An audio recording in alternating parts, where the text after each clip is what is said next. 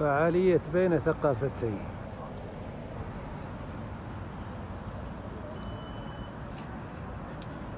وهذا المدخل، والآن نتجه لدخول المكان.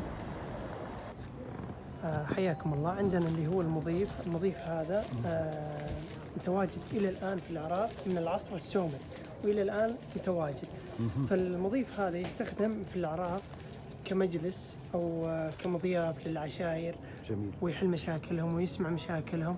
فهو يعتبر مضياف اللي هو المجلس أو الديوانية عندنا. فهو مصنع يدويا من القصب. من القصب. أيوه. فهذا القصب هذا ما يطلع إلا في جنوب العراق فيه هوار. فيطلع من السيول، من النهر، في المكانات اللي فيها موية. جميل. وإلى الآن ما زال يستخدم في العراق. وطريق السفر اللي يمتد من العراق وتحديدا الكوفة إلى السعودية إلى مكة المكرمة. طبعا سمي بدرب زبيدة. الآثار اللي موجودة في درب زبيدة شاهدنا محطة واستراحة.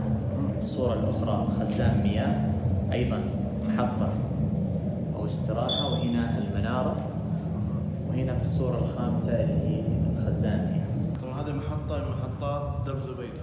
نعم. الواقعة في الطائف. طبعا درب زبيدة يمتد من مكة المكرمة إلى الكوفة وبغداد. طبعا كان النبي صلى الله عليه وسلم كان يسلكون الطريق هذا إما لغرض التجارة أو لأداء مناسك الحج، فصارت من أهم المناطق الأثرية في العالم وترشحت باليونسكو. طبعا هذه صور البرك اللي متواجدة على درب زبيدة. طبعا جميع الصور الموجودة أمامكم طبعا متواجدة داخل المملكة. نعم. هذه عندك البركة الأولى موجودة في الطائف. أيضا هذه الصورتين متواجدة في الطائف. أي نعم. هذه البركة موجودة في مكة. هذه في مكة. أي نعم. أيضا هنا في برك، هذه متواجدة في منطقة فيد. طبعا فيد تواجد جنوب شرق عائل. نعم. أيوه. وهذه بركة الجميمة متواجدة في رفحة. أيضا عندنا البركة هذه بركة الثليمة متواجدة أيضا في رفحة. هنا عندنا طبعا المجسمات المأخوذة من درب زبيدة اللي كان يربط ما بين الكوفة في العراق ومكة المكرمة. مكتوب عليها بالخط الكوفي 63 ميل من البريد إلى الكوفة. هذه حديقة مصغرة من أرض بغداد. من أرض بغداد. اللي هي المنطقة الزعفرانية. هذا عمل الفنان راشد الشعشعي. فكرة العمل عبارة عن صناديق حقت تجارة. فنان عراقي ولا سعودي؟ لا، فنان سعودي راشد الشعشعي. نعم. فكرة العمل عبارة هذه عن صناديق تجارة حقت الخضرة والحليب. هو جمع صندوقين مع بعض كرمز للتجارة بين السعودية والعراق. جميل. اسم العمل السقف.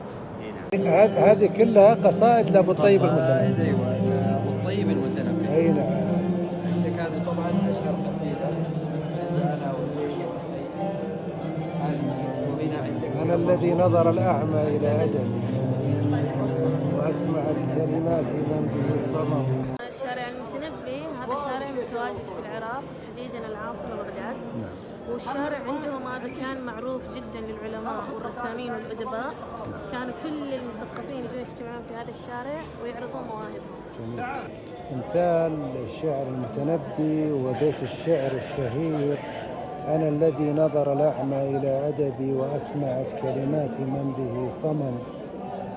خيل والليل والبيداء تعرفني والسيف والرمح والقرطاس والقلم. ونودع هذا المعرض بين ثقافتين بهذه الآثار المنقوشة.